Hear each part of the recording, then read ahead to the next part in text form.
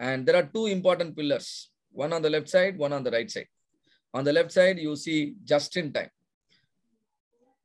right? Everything you do, you do it on time. There is no point, doing it early and then doing it late also. Completing a work earlier also is an indication of a failure, and then completing a work delayed also is an indication of a failure. And so the just in time happened. In order to achieve the JIT happen, and tools like continuous flow, takt time, pull system, and quick changeover, all these concepts were introduced. Right? Continuous flow is there will be a smooth flow of your products, and then across various process.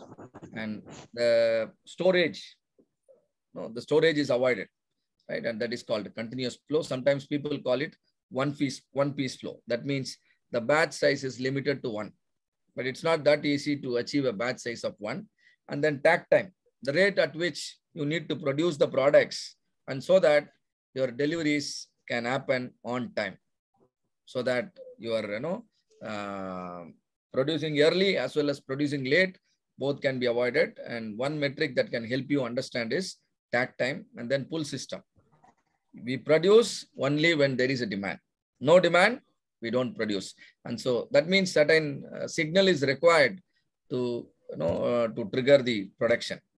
And then quick changeover. How do you make changeovers? Like reducing the setup times.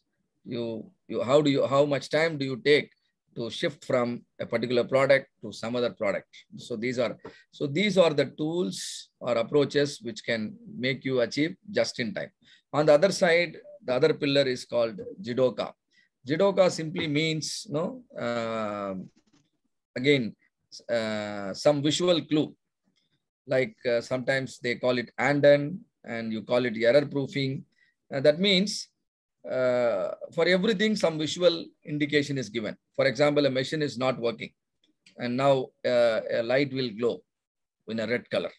If the machine is in good condition, a light will glow in a green color. That means always a signal is there to alert people, and that is called Jidoka. So if you keep these kind of visual clues, what will happen? Problems will quickly come to the surface, and then somebody can work on it and then solve it, right? So these are the two important pillars, and then tools and techniques are developed. And similarly, Heijunka means leveling the load. Heijunka means load leveling. If you have 3 machines of same type, then load all the three machines to the extent to meet your customer demand. There is no point loading only one resource and then keeping other resources free. If you have the habit of loading only one resource and then not loading other, then the leveling problem happens. Similarly, Kaizen is small continuous improvement. Involve everyone in doing small improvement activities. And of course, you need to look for, aim for stable and standardized processes, so that your results are always, as expected.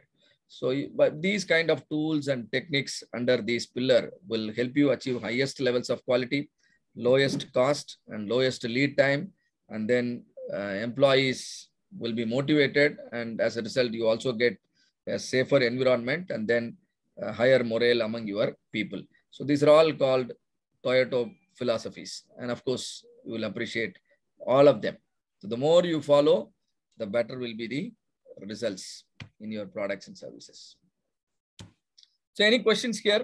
You wanted to ask me anything? So let us make it little interactive with your questions.